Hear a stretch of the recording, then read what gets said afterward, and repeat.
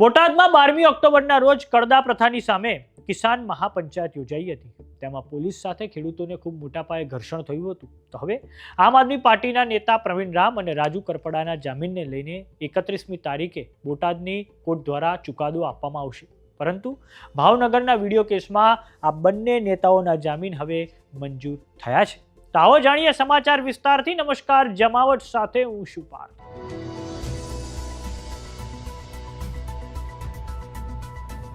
આમ આદમી પાર્ટીના બંને નેતાઓ રાજુ કરપડા અને પ્રવીણ રામે બોટાદના માર્કેટિંગ યાર્ડમાં ચાલી રહેલી કડદા પ્રથાને લઈને વિરોધ કર્યો હતો. કેમ કે બોટાદના માર્કેટિંગ યાર્ડમાં એક ખેડૂતનો કડદો થતો હોય તે વિડીયો સોશિયલ મીડિયામાં ખૂબ વાયરલ થયો હતો. તે પછી આપના નેતા રાજુ કરપડાએ બોટાદ માર્કેટિંગ યાર્ડ ખાતે ધરણા કર્યા હતા અને આ પછી બોટાદના હળદદ ગામે કિસાન મહાપંચાયતનું આયોજન આમ આદમી પાર્ટી દ્વારા કરવામાં આવ્યું હતું, જેના આયોજનની મંજૂરી પોલીસ દ્વારા નહોતી આપવામાં આવી અને આ પછી હળદદ ગામે હજારોની સંખ્યામાં ખેડૂતો ઉમટી પડ્યા હતા.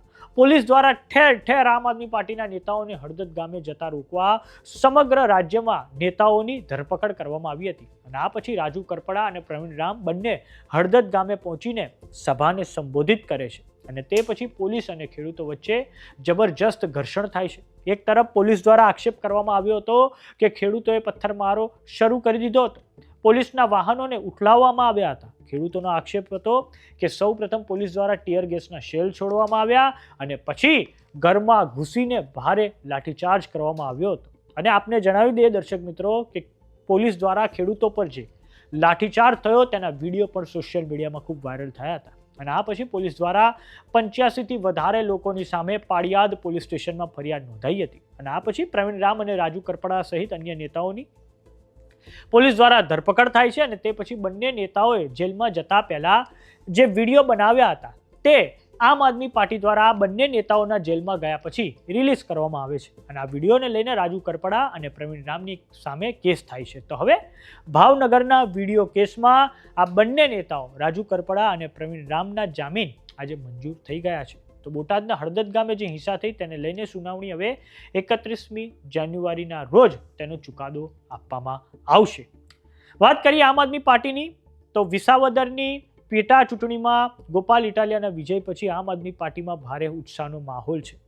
આમ આદમી પાર્ટીના રાષ્ટ્રીય સંયોજક અરવિંદ કેજરીવાલ સતત તેઓ ગુજરાતના પ્રવાસે આવી રહ્યા છે અને આપને જણાવી દઈએ કે આવનારી સ્થાનિક સ્વરાજ્યની ચૂંટણીઓમાં આમ આદમી પાર્ટી અને કોંગ્રેસ વચ્ચે કોઈ પણ પ્રકારનું ગઠબંધન થવાનું નથી, જેનો સીધો ફાયદો સત્તાધારી પક્ષ ભારતીય જનતા પાર્ટીને થઈ શકે છે. તો સમાચારોમાં અત્યારે બસ આટલું. જોતા રહો જમાવટ. જો તમે અમને યુટ્યુબ પર જોઈ રહ્યા તો સબસ્ક્રાઇબ કરો, જો તમે અમને ઇન્સ્ટાગ્રામ અને ફેસબુક પર જોઈ રહ્યા તો ફોલો કરો. સાથે જ અમારી વોટ્સએપ ચેનલ આવી ગઈ છે, જોઈન કરવાનું ના ભૂલતા. નમસ્કાર.